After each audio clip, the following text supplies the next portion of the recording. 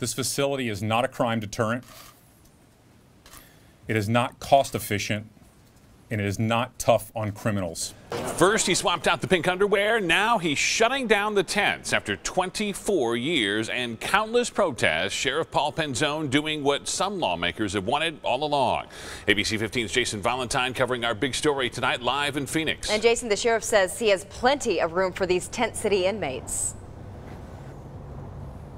Plenty of room at the other jail facilities. In fact, Sheriff Penzone says consolidating those inmates and resources that are charged with watching those inmates into the other traditional jail facilities will save Maricopa County taxpayers roughly $4.5 million per year. Meantime, a lot of critics of former Sheriff Arpaio, critics of Tent City, have gathered here at the Australia Jail, home of Tent City, for a celebration rally of sorts. About 100 people, and actually they're on a parade around the entire property right now, which is why they're not here behind us protesting. But these are people who've waited a long time for this day.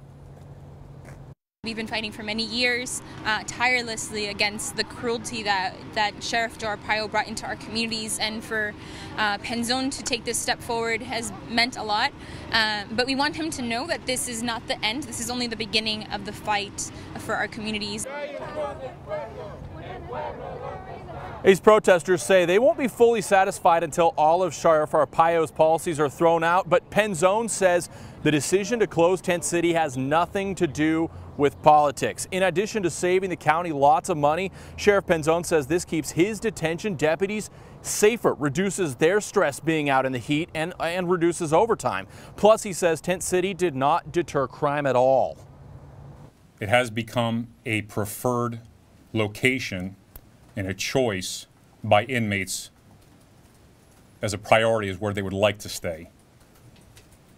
That undermines and goes against all the things that we've been told for far too long.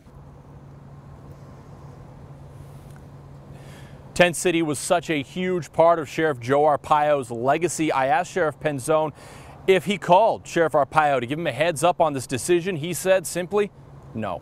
Reporting live in Phoenix, I'm Jason Valentine, ABC 15 Arizona. End of an era there. Thank you, Jason. Yeah, he may not have called him, but we did, because the man who opened Tent City just reacting to the news of shutting it down. Former Sheriff Joe Arpaio opened Tent City in the early 1990s, and ABC 15's John Erickson has that part of the story all new at 6.